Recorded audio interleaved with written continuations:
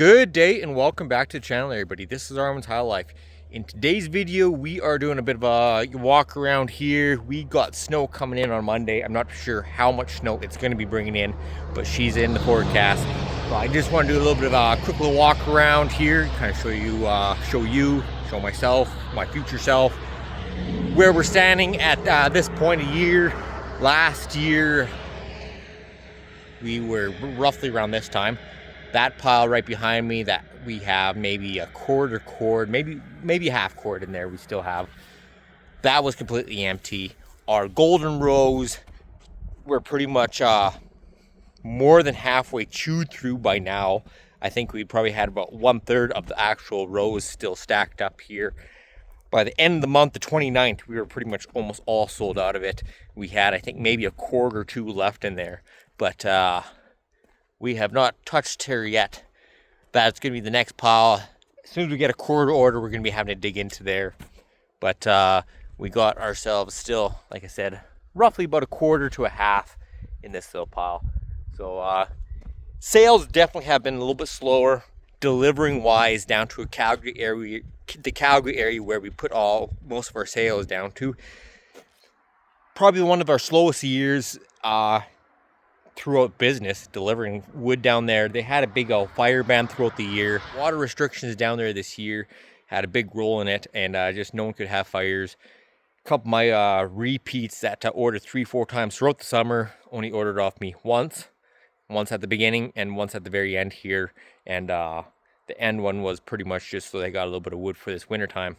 But sales are slowly picking up though, going out to Calgary with the winter wood sales. The yard sales have been just crazy this year. We had our big, huge pile of boiler wood. We sold that all out. We made another huge, big pile of boiler wood. We almost we're getting pretty close to selling that out here too this year.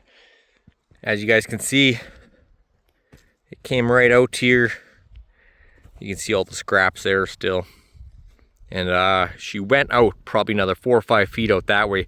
I've been slowly chewing in on that way, delivering a little bit of this stuff to locals. And we still got our calf shelters all filled up to the brim. And we will make our way into the back there. But today's video, I'm going to show you kind of where we got most of our supplies here. Most of these bigger logs came from our piles of stuff. But we brought in all these little slab wood. I'm going to show you exactly where we got these things in today's video here. Let's just carry on here. Let's go take a trip right now, actually. Well, as you guys see behind me, we got a bunch of these slab woods, pretty much end cut-offs from a sawmill. We got this guy is local to us. He's about a 20-minute drive away, just out west here. He pretty much just strictly does lumber.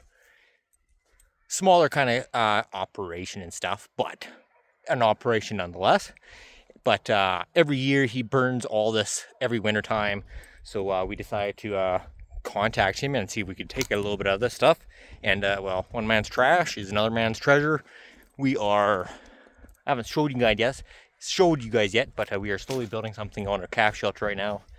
Needed a roof, and well, I think these will do perfectly fine.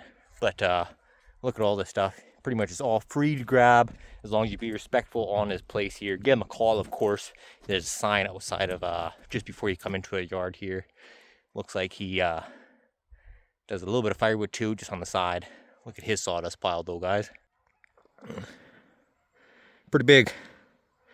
There's his little firewood pile, and then his operation up there.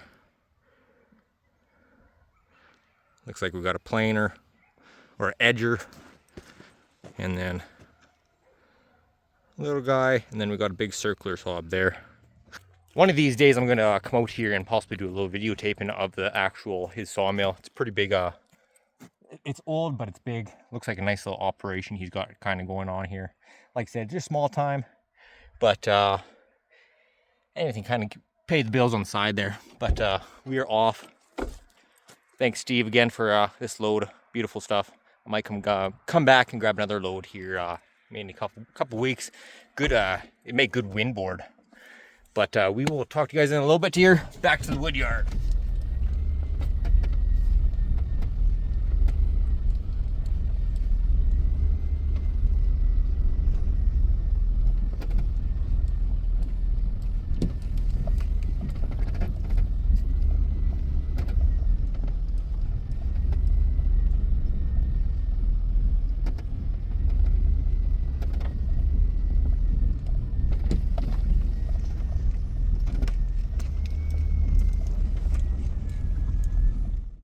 So as you saw, he has a nice little sawmill operation kind of going there.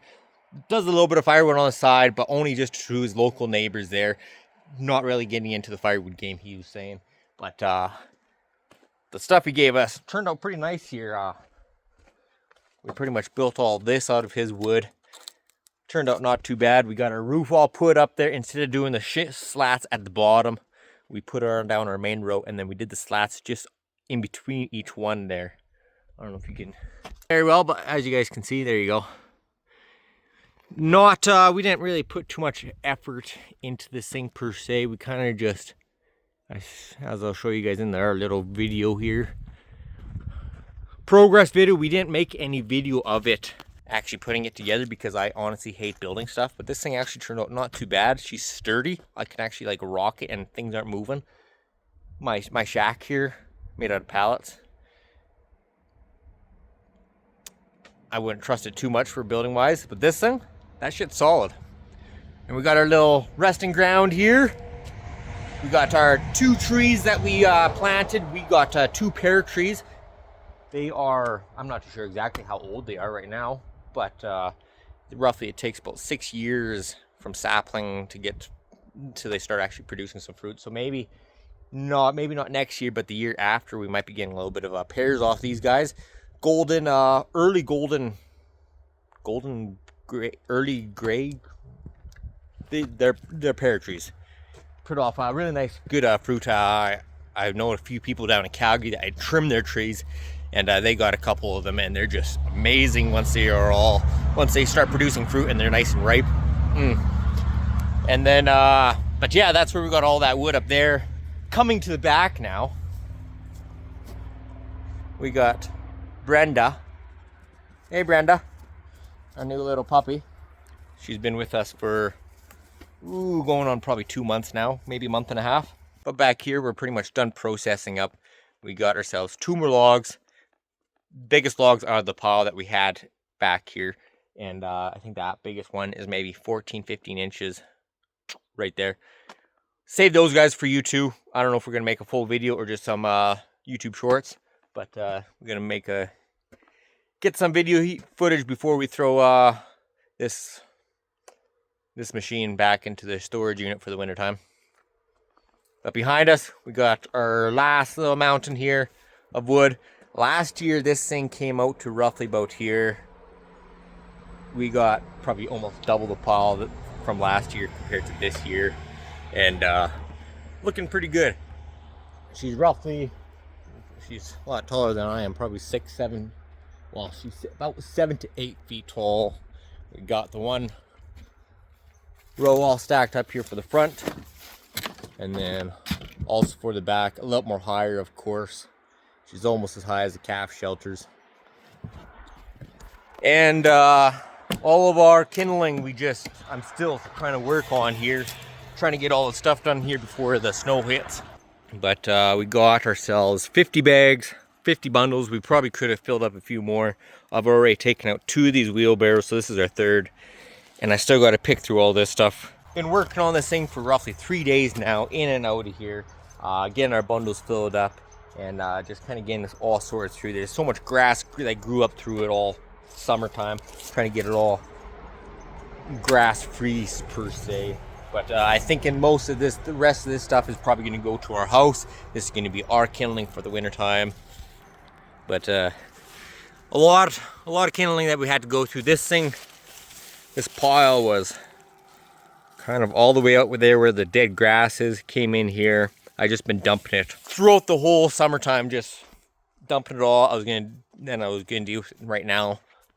I should have probably just bundled it up as I was making it, pretty much as it was coming off the processor. But I kind of got lazy, and now I'm dealing with all that grass growing through it and shit. But we're getting that pretty much all done. That should be done here today. And well, that gives us about 5 or 6 days. Well, about 5 days until that snow comes in. But yeah, I just kind of want to show you guys that we got pretty much no more wood, at least log form. We're pretty much right out. We're just starting to bring in a little bit more boiler wood here. This is going to get filled up really quick here, probably in the next week. Got ourselves a guy just 10 minutes down the road. He's got roughly I'm gonna say roughly 60 tons worth of dry spruce and pine. Wants $40 a ton. I got a scale just at our what's called gravel pit just beside us at my neighbor's there. He's gonna let me use the scale, pull it through. We're gonna see how much wood that we get through out of there, but $40 a ton is a pretty good deal, and he's only just 10 minutes up the road. So most of that wood is gonna be going into our boiler wood. It's some really big fat stuff, and yeah, I think maybe 10 tons out of all the 60 I might be able to throw through our processor. It's gonna be manageable, but the rest is gonna be pretty much going to boiler wood, which I'm not too concerned about. That shit sells out really quick, so it's gonna be a nice little stockpile for next year. Depends on how much fast I get it in our weather. I might rent that little processor again, or that split fire, which is gonna be in the next video probably. I'm gonna be putting that one up. But we will catch you guys a little bit later on. Thanks for tuning into Armands High Life. Happy splitting, and cheers to y'all.